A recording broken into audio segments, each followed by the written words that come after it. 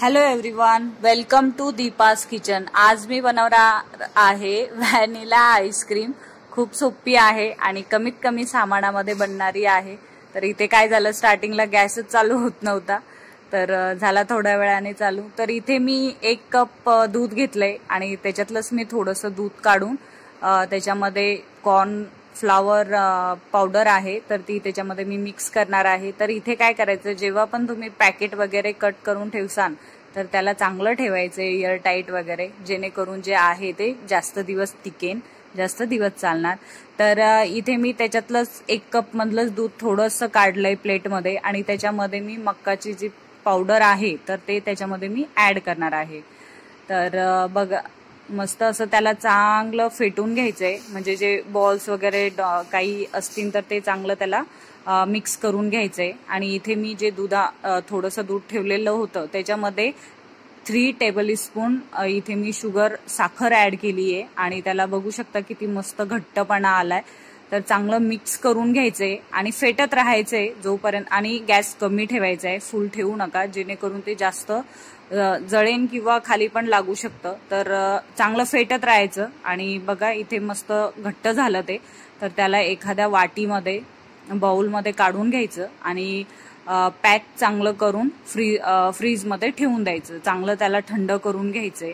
तर इथे मी थोडेसे बर्फ घेतलेत खाली आणि इथे मी क्रीम टाकलीये। नॉर्मली कुठलीही क्रीम घेऊ शकता तुम्ही, अमूल वगैरे।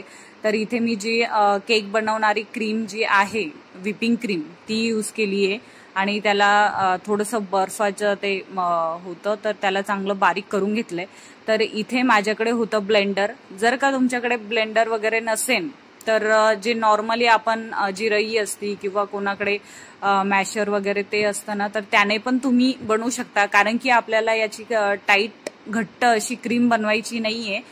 नॉर्मल म्हणजे मीडियम बनवायचे, जास्त घट्ट नाही बनवायची, जसं आपण केकला वगैरे बनवतो तर तशी नाही बनवायची आहे, थोडीशी पातळच ठेवायची आहे आईस्क्रीम। तर इथे तुम्ही हाताने पण बनवू शकता, तर हाताने कसं थोडासा टाइम लागू शकतो, 5 किंवा 10 मिनिटं, तर इथे ब्लेंडरने खूप कमी टायमामध्ये होतं। तर इथे जी मी दुधामध्ये बनवलेलं होतं ते कॉर्नफ्लॉवरचं मिक्स केलेलं मिक्सचर, तर ते फ्रीजमधून काढलं, चांगलं थंड झालं, तर त्याला मी आईस्क्रीममध्ये थोडंसं फेटल्यानंतर त्याच्यामध्ये मी ऍड केलंय।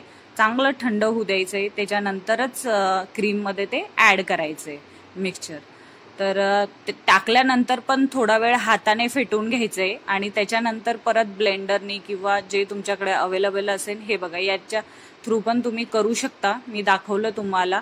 तर त्याने पण लवकर होतं, जास्त वेळ लागत नाही, पण ब्लेंडरनी लवकर होतं। जर का तुमच्याकडे असेल तर ब्लेंडरच यूज करा, नाहीतर आहेच आपली रई वगैरे। तर बघू शकता चांगलं असं मस्त त्याला फेटून घ्यायचंय, मिक्स करून घ्यायचंय। बघा किती छान एकदम सॉफ्ट झालंय ते। आणि याच्यानंतर तुम्हाला काहीही याच्यामध्ये ऍड करायचं काही काम नाहीये, तर मस्त असं स्मूथ बॅटर असं त्याचं बनवायचंय। त्याच्यामध्ये काही असे छोटे छोटे बॉल्स वगैरे ते काही नसावे, म्हणजे जी आपली आईस्क्रीम आहे ती मस्त सॉफ्ट बनेल।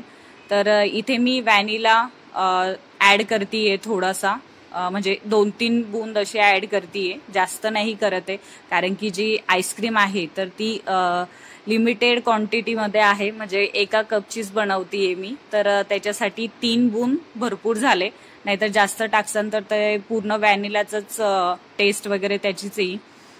तर त्याच्या व्हॅनिला टाकल्यानंतर पण 2-3 बूंद मी परत एकदा चांगलं त्याला फेटून घेतलं, जास्त फेटायचं नाहीये, तर नॉर्मल आपलं स्मूथच बॅटर ठेवायचंय।